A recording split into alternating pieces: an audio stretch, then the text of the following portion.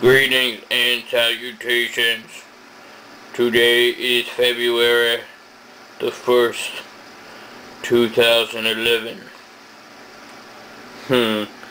Alright, that was an introduction from Rudy the fish there.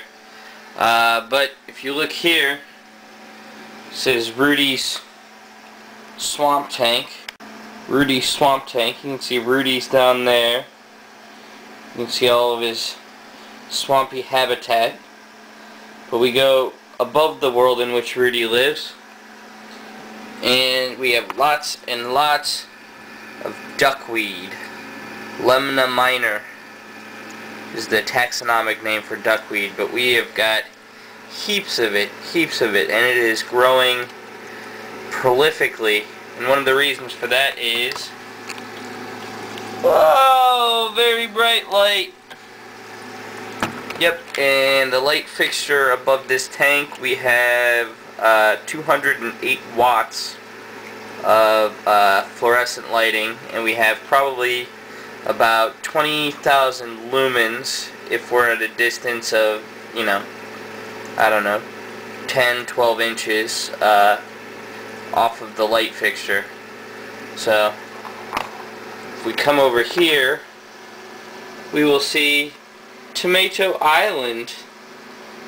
These were the Goliath hybrid tomatoes, and man, oh man, did I make a mistake starting tomatoes the same time I started peppers. As you'll see, these guys are big. I mean, these could already go outside, except there is several inches of snow on the ground outside, and it's freezing because it is February. I probably could have started these in March. Hell, I could have probably started these in April and planted them in April, because these are a month old and they are huge. Huge. It's not like growing habaneros inside where you have 120 plus days from seed to fruit. These tomatoes are rearing to go. They do not take long to turn into a mature plant from a seed. So I had to move them here. So I didn't have any other grow lights, but I had this badass bright light. This used to be on a coral or a reef tank, coral reef tank, but now it's Rudy's swamp tank has this light fixture. But this will definitely grow some plants, even though it's way more intense light than under the Hydrofarm Jumpstart fixture that I have in the other room. This light is only on for 8 hours a day, whereas they were getting 24 hours of light in the other room. And we come back in my aquarium room, my big aquarium room, and you can see the disparity. I mean, most of these have at least 2 true leaves.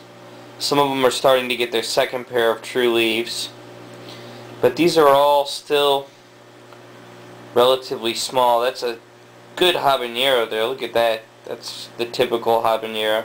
That's the biggest one of the habaneros. And now I've made space because I moved those tomatoes out of here, which were shading out all these guys. But I moved the tomatoes over here. You can see that habanero is not too far along. Look at my Bhut Jolokias, man. I got a pair of true leaves, Basically, I ended up with about a 75% germination rate on Bhut Jolokias, but I planted 4. I planted 4 in every pot, which basically, in the end, I ended up getting at least 1 or more than 1 in every pot. Some pots I got all 4 to come up.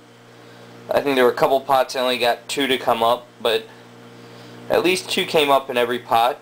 And it was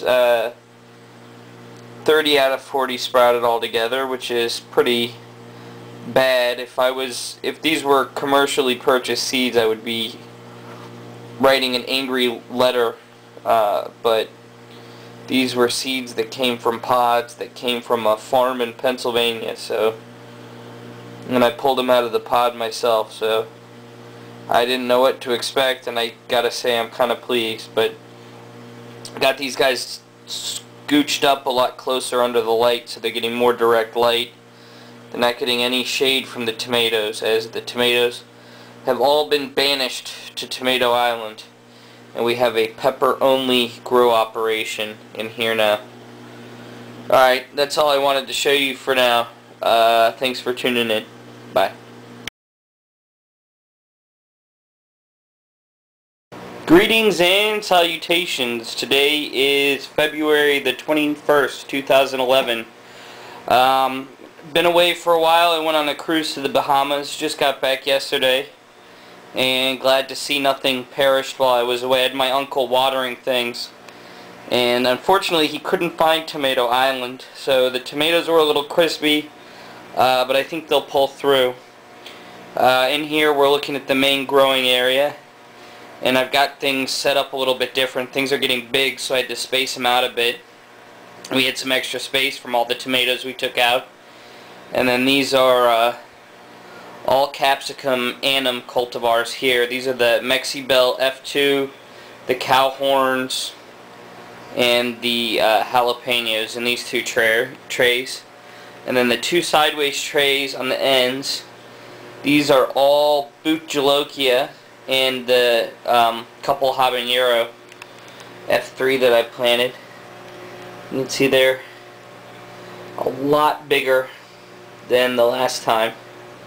So this is February now, and these guys are perfect. These are right where I expected them to be.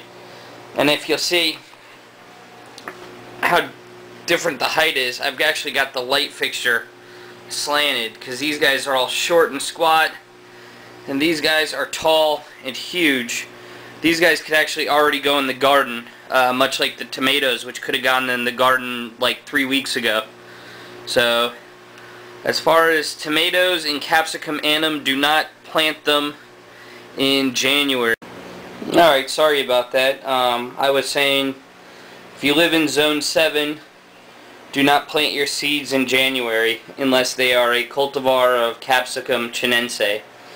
Habaneros, Bhut Jolokias, Scotch bonnets, anything like that, go ahead, yeah, plant it in January. Everything else, wait till February or March. Or tomatoes even, man, you could wait till like the first week of April if you live in Zone 7, because those things grow ridiculous. Speaking of tomatoes, let's walk down the hall. Alright. Here's Rudy the bluegill in his indoor swamp. You can see the water level. Oh, hold on a second. Sorry, I had to fix the focus there. That's Rudy the bluegill in his indoor swamp, and you can see the water level is super low. That's all duckweed growing on the surface there.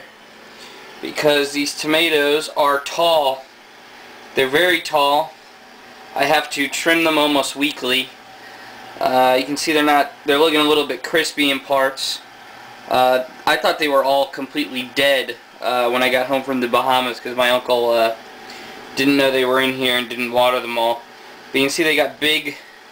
I got them in big pots, big 4 or 5 inch terracotta pots. Man, Tomato Island's barely staying afloat up here, because this is a lot of soil, a lot of clay. I sort of would have been better getting plastic pots, but tomatoes are there. I don't know if they'll make it this spring. We'll just have to see how things play out. Alright, well, thanks for watching. That's it. Bye.